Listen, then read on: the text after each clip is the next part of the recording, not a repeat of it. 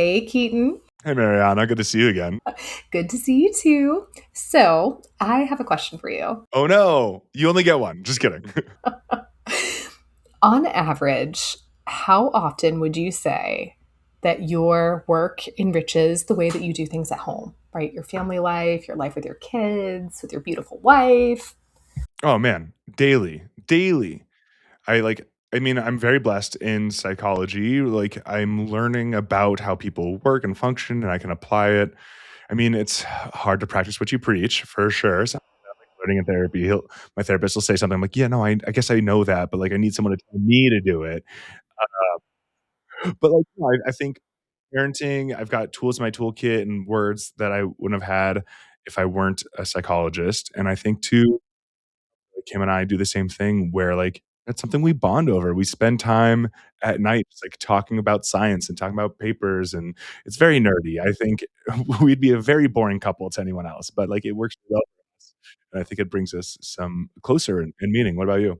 Yes, I love that. So I would agree, not quite a one-to-one correlation with sort of like what I do and what my husband does, but in general, I do find that the things I learn at work, like even just something as simple as asking people really, really good questions and trying to understand where they're coming from and what they're headed towards, like makes me better. So, um, in my role, I do a lot of consulting. So like I'll ask Marcus really good consulting questions. Like, well, tell me more about why you feel that way. Maybe sometimes he finds it pisses him off, but I love it. And I think it makes me a better partner for sure. And then yeah, also just like a lot of patience you learn in your job for sort of where people are at. And I definitely bring that into my life with my little one. So that's great. I love that we have some work family enrichment going on. My second question to you is how often do you come home after a given day and you go, holy crap, I had so much to do? Like my work demands were just through the roof. Oh, literally also daily. Yeah. No. I Yeah, poor Evan. So my oldest last night was like talking to me, and he's like, "I want to show you this thing that I did at school of like the life stages of a butterfly, but with like hand motions and some Spanish built in." I was like, "Go for it, buddy!" And he's 6, so it something that should have been 30 seconds was like 6 minutes long, and by the end, I had fallen asleep.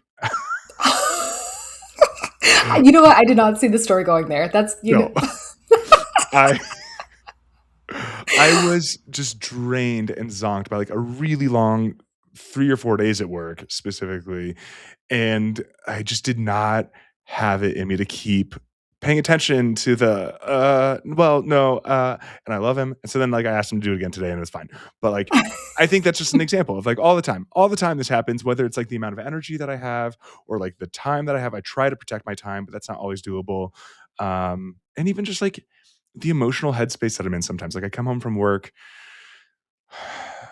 frustrated sometimes, and, like, it's hard to, like, shut that off and then be, like, an enthusiastic dad or an enthusiastic, like, excited, happy, positive partner. Not that, like, we owe anyone positivity, but, like, you want the frustrations of work to not impact how you're interacting with your family. Yep, 100%. And what's so great about that, I think that that's going to get at this paper that we're going to talk about, is that on the one hand, there's so much good that you're taking out of your job and the many demands that come out of it. But on the other hand, sometimes you're completely fried and you know you're not able to be at your best for your kid. To be fair, 6-year-olds tell very long, meandering stories. And So long. literally, My god. I was, like, answering him as I was falling asleep, and at, like, one point, I remember him being like, "What?" I was like, "Oh, sorry, bud." It was okay, that's amazing. That's amazing. So, note to self when I'm having insomnia, make my daughter tell me a story, which honestly would, yes, she's only 2.5, but she's right on the Evan track. Like it will be like an hour of, yes, meandering. Okay, so, well, thank you for sharing your personal experience. That ties into a paper that I have for us today by Junker et al. It was just published in Work and Stress. It's called The Relevance of Work Related Rumination and Boundary Control for Spillover Effects from Work to Home, results from a daily diary study. And this paper was pretty cool because what they were trying to do is sort of reconcile this very strange, conflicting results about workload, like qualitative workload, how much work do you have to do, and sort of positive spillover from work to home. Because there's this is like this big thing with workload. It's been a long time since I've been in grad school, but like workload was always this really weird variable where like sometimes it was good, sometimes it was bad. A lot of people, specifically when you look at work to home enrichment, so like the stuff we talked about, like how does your work bring you skills and resources and energy that make you better at your home life. It just They were finding inconsistent things in the literature, and sometimes they would try to be like, well, in general, how much control do you have like over your job? Does that moderate it? Does that make it better when you have a high workload? And it was just not consistent. So what they really wanted to look at was, how is the unique experience of workload differentially impacting work to home enrichment, depending on the type of cognitions that you're sort of taking away, right? So are you engaging in, as a result of your high workload, are you engaging in work related rumination, or are you engaging in work related or problem solving pondering? Like, are you like, oh, I'm so energized by this, this is so cool, right? Let me think about this creative way to tackle this problem, which I do a lot. But you also might be on a day where it's like, oh my gosh, I'm tense, that was so intense, what am I going to do about this, right? And so they wanted to look at that pathway, right? You have high workload. Maybe one day you're doing this work related rumination. Maybe you're also doing some problem solving pondering. And how does that predict work to home enrichment? So, like they proposed, obviously, if you're doing work related rumination, it's going to negatively affect your work to home enrichment, right? You're falling asleep, right? So maybe you're like, so you're like, I'm too tense to talk about the butterfly, Evan. I'm so stressed out. I'm out, right? But on the other hand, if you're like, oh my God, Evan's story of the butterfly is making me think about these different problems I need to tackle at work, right? Then that's all sort of connecting. And so the idea is that problem solving pondering when you have high workload will predict higher work to home enrichment, because you're sort of on a positive roll, like you're feeling this creative energy, you're feeling that self-efficacy, etc. But they also proposed that your own perceived sense of boundary control, like I have the ability to control those transitions between my work and home, they thought that that would be a moderating factor. So like, to the extent that you're like, yes, I do control the extent to which work comes into my home space, and I have that power, that would make the positive association between qualitative workload, problem solving pondering more strong, and it would make the negative association between work related rumination and work to home enrichment less strong. So you can be like intentional about how it's helping you. Like, I'm going to, because I can control my boundaries, I'm going to use this and feel better about it. And because I control my boundaries, I'm not going to let this hurt me. Exactly, exactly. I'm not going to let this spill over, right? So they did a daily diary study. There was about 120 people that they did the study a few years ago, the data collection, I should say, a few years ago, in Germany, and they obviously got people with family responsibilities, either a spouse, children, both, people who are working at least 20 hours. And what they found is that the data largely supported their hypotheses. So people who have high workload, they do engage in more rumination, and that will negatively affect their work to family enrichment. People with high workload also will engage in more problem solving pondering, and that will predict more to work to home enrichment. So it explains those conflicting results we see. And perceived boundary control did have a moderating effect, but only for the positive path. So if you think that you have control over your work and life, you're more likely to pull on that positive problem solving pondering and having more beneficial spillover. But if you think you have control over those separations, over those boundaries, and you're engaging in work related rumination, it's not helping you, right? It's still, the rumination goes to your negative work to family spillover. You might think you have control, but you're still ruminating. Like, yeah, yeah. Control is great, but you're still very tense, and you can't stop thinking about this, right? So that was a study. Again, pretty straightforward, but I found it pretty interesting because, it just helps explain like, as with anything, something like a really demanding job is a mixed bag, right? There are good things, there are bad things, and that's going to play out in how we sort of pull in those benefits from our job into our work life. Yeah. Oh, I love that. That's so cool. It does make me think of just like jobs that are more, you know? you're gonna have the good and the bad. And then the question is like, how do we get that good to outweigh the bad? And it sounds like one way is having control over those boundaries so we can like upregulate the positive outcomes.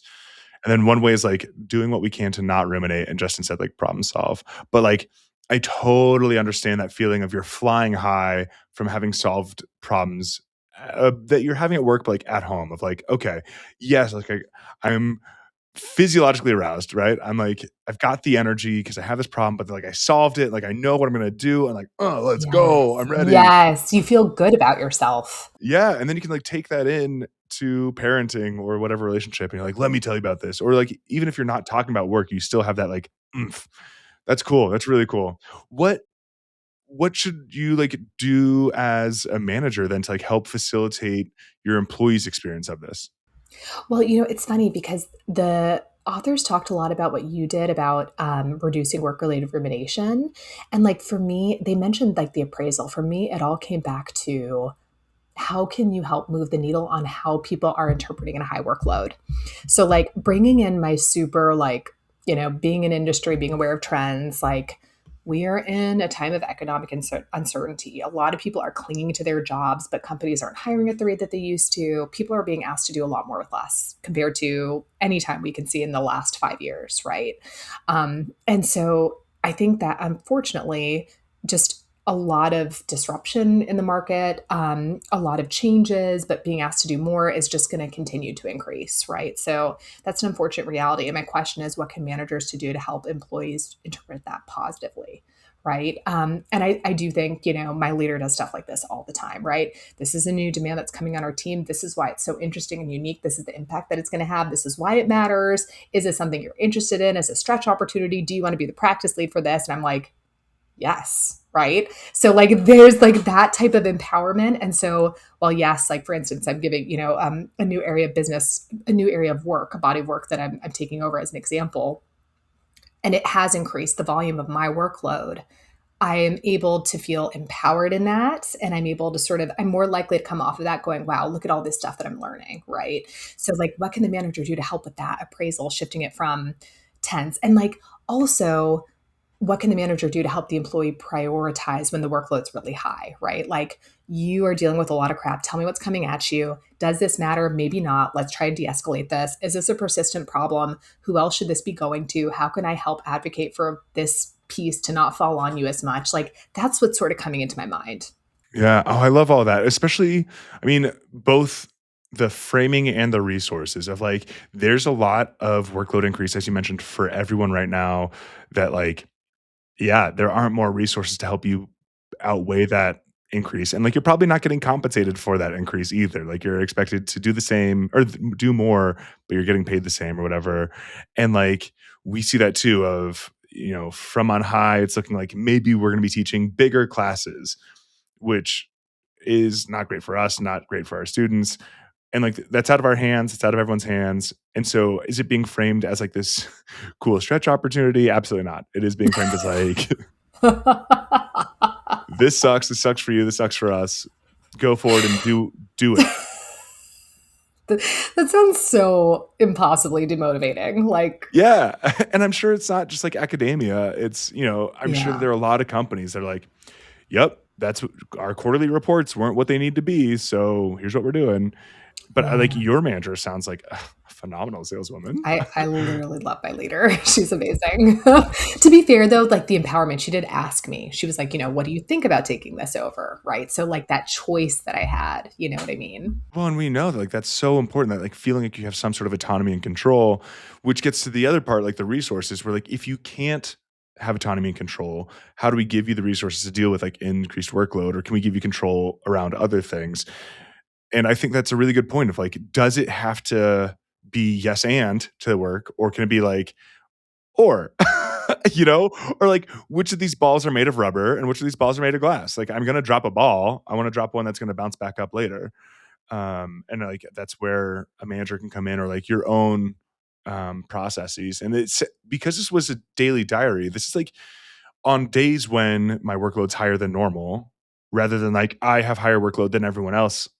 and here's my outcomes. And so this is something like we all have to be engaging in, is like relative to where my normal is, there will be days that I have higher workload.